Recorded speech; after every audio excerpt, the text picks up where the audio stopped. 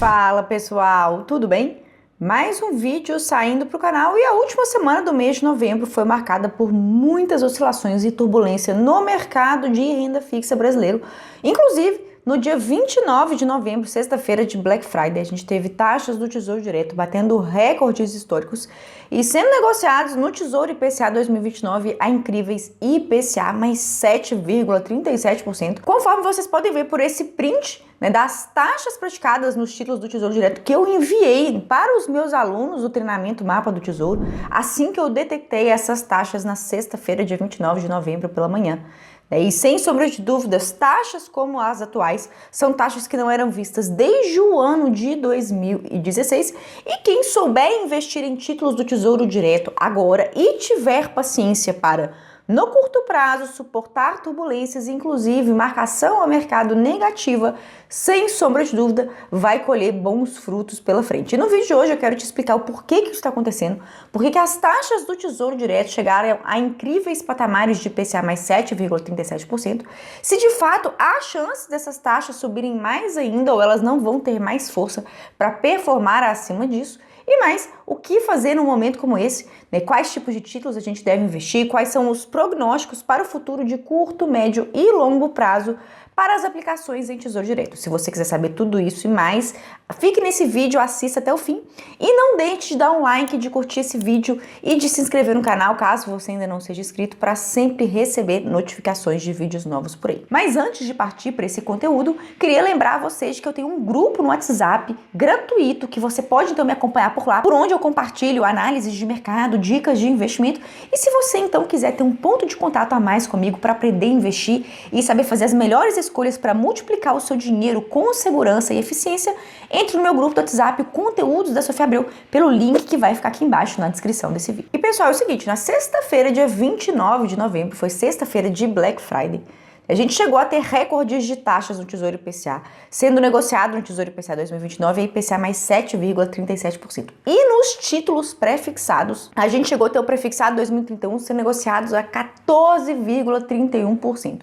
E por que isso aconteceu? Por que as taxas do Tesouro Direto estão subindo de forma tão agressiva? E basicamente, se você me acompanha aqui há mais tempo, você sabe que as taxas dos investimentos de renda fixa, elas são influenciadas por três variáveis imediatas. A primeira delas é a nossa taxa Selic, nossa taxa básica de juros da economia. E se você não sabe, no momento que eu gravo essa aula para você, no início do mês de dezembro, nós estamos com taxa básica de juros da economia em 11,25%, com perspectiva de alta, As expectativas do mercado financeiro são de que a gente tenha Selic de no mínimo 12% em 2025. E isso é um elemento que influencia e que aumenta, provoca o aumento das taxas dos títulos do Tesouro Direto e de outros investimentos de renda fixa de forma geral. Mas além da taxa Selic, existem outros dois componentes que também provocam a escalada das taxas de investimento de renda fixa e que fazem com que a gente veja recordes de taxas como esse que eu noticiei aqui para vocês nos títulos do Tesouro Direto. O segundo elemento deles, além da taxa Selic, são as perspectivas de inflação. Quanto maiores são as perspectivas de inflação, mais o mercado financeiro precifica que o governo terá que aumentar a taxa básica de juros da economia, a nossa taxa Selic, e mantê-la elevada por mais tempo para controlar a inflação. Isso porque, se você não sabe, a taxa Selic ela é uma taxa que ela é utilizada na nossa economia para controlar a inflação. Quando a gente tem perspectivas de inflação elevada, acima do centro da meta definido pelo Conselho Monetário Nacional, que é de 3% ao ano, o Banco Central utiliza a taxa Selic como instrumento de política monetária e subindo, aumentando a Selic, o Banco Central consegue controlar a inflação. E o que a gente tem visto são prévias de inflação cada vez mais altas. Inclusive, a prévia de inflação para o mês de novembro foi de 0,62% só no mês de novembro, prévia da inflação registrada pelo IPCA, conforme essa notícia que eu vou colocar aqui na tela para vocês, bem acima do consenso de mercado financeiro, que era uma inflação acumulada no mês de novembro de 0,47%, 0,48%. Ou seja, se a gente vê inflação subindo, ficando bem acima do centro da meta definida pelo Conselho Monetário Nacional, que é de 3% ao ano. Detalhe, a gente está com uma inflação de quase 5% acumulada dos 12 meses de 2024. A gente consegue perceber que nós temos inflação fora de controle e uma Selic tendo que subir cada vez mais para controlar essa inflação. E além desses dois elementos, a gente tem ainda um terceiro elemento, que é o que mais influencia as taxas do Tesouro Direto e dos demais investimentos de renda fixa de forma geral, que são os chamados juros futuros. Juros futuros podem ser traduzidos como as perspectivas de risco de se emprestar emprestar dinheiro para o Brasil, de se investir no nosso país. E isso tem tudo a ver com o que aconteceu agora na última semana de novembro. É isso porque, se você não sabe, no último dia 27 de novembro, quarta-feira, o ministro da Economia, Fernando Haddad, ele marcou um pronunciamento em rede nacional, no qual o mercado financeiro amplamente esperava um anúncio de um corte robusto de gastos por parte do governo federal. Isso, inclusive, já era noticiado, conforme essa notícia que eu vou colocar aqui para vocês, uma notícia do jornal Valor Econômico, e o mercado, desde o início de novembro, ele já esperava um anúncio de corte de gastos. E aí o ministro Fernando Haddad marcou o pronunciamento na última quarta-feira, dia 27 de novembro, para que o mercado esperava, então, que seria um corte de gastos robustos. Só que nesse pronunciamento do ministro Fernando Haddad, ele não só não anunciou o corte de gastos que era esperado pelo mercado financeiro, como ele anunciou uma proposta que vai ser levada ao Congresso Nacional de isenção do imposto de renda para as pessoas que ganham até R$5.000.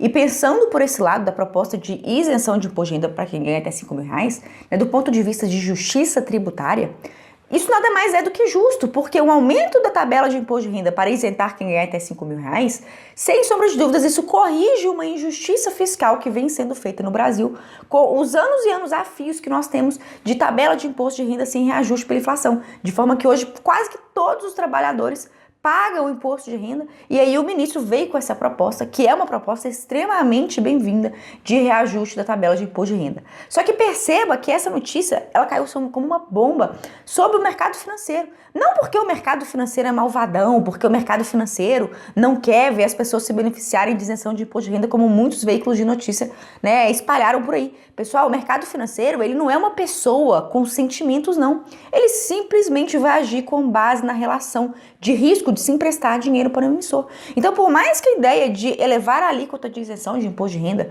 para a partir de quem ganha R$5.000, né, essa notícia representou o quê? Uma renúncia à arrecadação e mais, não veio acompanhado do robusto e esperado anúncio de corte de gastos que o mercado financeiro amplamente esperava. Ou seja, o ministro, ao invés de mostrar que ele estava comprometido com o controle das contas públicas, e se você não sabe, né, de acordo com esses gráficos que eu vou trazer aqui para você, do site do Tesouro Nacional Transparente, né, o Brasil ele vem ampliando mês a mês, né, os seus resultados de déficits primários, ou seja, o país vem gastando muito mais do que ele arrecada, o que obviamente aumenta a percepção de risco de se emprestar dinheiro para o país, e a dívida pública aí vem renovando recordes históricos, o que também atua como ingrediente para aumentar essa percepção de risco. Isso porque, se você não sabe, né, é o mercado financeiro que financia a dívida pública. O Brasil, historicamente, é um país que há décadas gasta muito mais do que ele arrecada, salvo períodos pontuais da nossa história em que o governo registrou superávites, mas nós somos um país que historicamente gasta muito mais do que arrecada. E os investidores, o mercado financeiro, que é o responsável por emprestar dinheiro para o governo por meio do Tesouro Nacional, ele que é o agente que financia toda a dívida pública, ele sabe que se o governo não demonstra capacidade de controle de gastos, de controle do crescimento da dívida pública, cada vez mais se torna mais arriscado emprestar dinheiro para o governo federal, e com isso o mercado financeiro vai exigir o quê? Uma taxa de juros maior, um prêmio de risco maior para se emprestar dinheiro para o país. Nesse momento, permita-me fazer uma ressalva, né? O Tesouro Nacional ele continua sendo extremamente sólido, seguro. Investir em tesouro direto, né, que é uma forma que nós, investidores, pessoas físicas, temos para emprestar dinheiro para o nosso governo, continua sendo extremamente seguro. Isso porque o governo ele tem um colchão de liquidez imenso, que é como se fosse uma reserva de emergência para pagamento das dívidas públicas de curto prazo. Esse colchão de liquidez ele é de mais de R$1 trilhão, ou seja, a capacidade de pagamento do Tesouro Nacional ela continua intocável e totalmente assegurada, mas fato é que mesmo o Tesouro Nacional sendo ainda um investimento extremamente seguro, uma dívida pública crescendo num ritmo tão acentuado como esse, e um ministro da Economia que não traz segurança e confiabilidade para o mercado financeiro, faz com que o mercado financeiro fique preocupado com a capacidade de pagamento futura do Tesouro Nacional. Fazendo uma analogia, a mesma coisa que você tivesse um amigo para o qual você está emprestando dinheiro todos os meses e você vê ele gastando muito mais do que ele ganha todos os meses de forma incessante. Uma hora você vai querer, né, das duas uma, ou parar de emprestar dinheiro para ele, ou falar, não, você vai ter que me pagar uma taxa de juros maior porque eu tô correndo muito mais risco. Eu tô vendo que você lá na frente não vai dar conta de pagar. E foi Foi então exatamente esse raciocínio que fez com que o mercado financeiro, né, aumentasse a percepção de risco de se emprestar dinheiro para o país. Consequentemente, isso provocou o quê? O aumento dos juros futuros. Se você, inclusive, analisar o gráfico dos juros futuros para o ano de 2029, que eu vou colocar aqui na tela para você, percebeu que na quarta-feira, dia 27, logo após o pronunciamento do ministro da Economia, Fernando Haddad, houve uma disparada dos juros futuros, traduzindo então o aumento das taxas dos títulos do Tesouro Direto. E num momento como esse, quem já tem dinheiro investido desde o início do ano, né, a gente teve em 2024 taxas excepcionais em títulos do Tesouro Direto, né, taxas acima de IPCA mais 6% para os títulos IPCA mais, são historicamente taxas imbatíveis. Todo mundo que fez compras de títulos públicos ao longo de 2024, num momento como esse, de disparada acentuada e no curto prazo de taxas praticadas no Tesouro Direto, se deparou o quê? Se você for olhar o seu extrato do Tesouro Direto, muito provavelmente dos aportes que você fez em meses anteriores de 2024, das duas uma. Ou você está com um rendimento negativo, você está com menos dinheiro do que você investiu, ou você está com uma rentabilidade abaixo da taxa teórica contratada para aquele período, que é o que a gente chama de marcação a mercado negativa. Né? Isso porque, em resgates antes do vencimento de um título do Tesouro prefixado ou IPCA+, se você hoje para o mercado tem uma taxa superior à taxa que você contratou para aquele aporte que você fez, num resgate antes do vencimento, o seu título que tem uma taxa inferior à que está sendo praticada hoje no mercado, ele se desvaloriza, que é o que a gente chama de perda de marcação a mercado. Levando até o vencimento, você tem a garantia de receber a taxa de juros que você contratou. Mas se você resgatar antes disso, terá esses efeitos de marcação a mercado que aparecem nos extratos do Tesouro Direto. Inclusive no vídeo que eu vou deixar aqui em cima nos destaques, né, eu já mostrei como que você lê a marcação a mercado no seu extrato do Tesouro Direto. Vídeo muito interessante para você assistir e aprender como que você calcula essa marcação a mercado, esse impacto de marcação a mercado na rentabilidade do seu patrimônio. E fato é que então todo mundo que investiu ao longo de 2024 está marcando prejuízo com a marcação a mercado, mas fato é, e você precisa entender isso, é muito importante que você entenda isso, que taxas acima de IPCA mais 6% historicamente são taxas muito boas. Eu já falei sobre isso nesse vídeo que vai ficar aqui em cima nos destaques e também ao final da aula de hoje, em que eu provo para você com dados históricos e estatísticos o porquê que uma taxa de juros, se você obviamente não tem pressa para resgatar o seu dinheiro no curto prazo, o porquê que uma taxa de juros de inflação mais 6% ou taxas superiores é imbatível.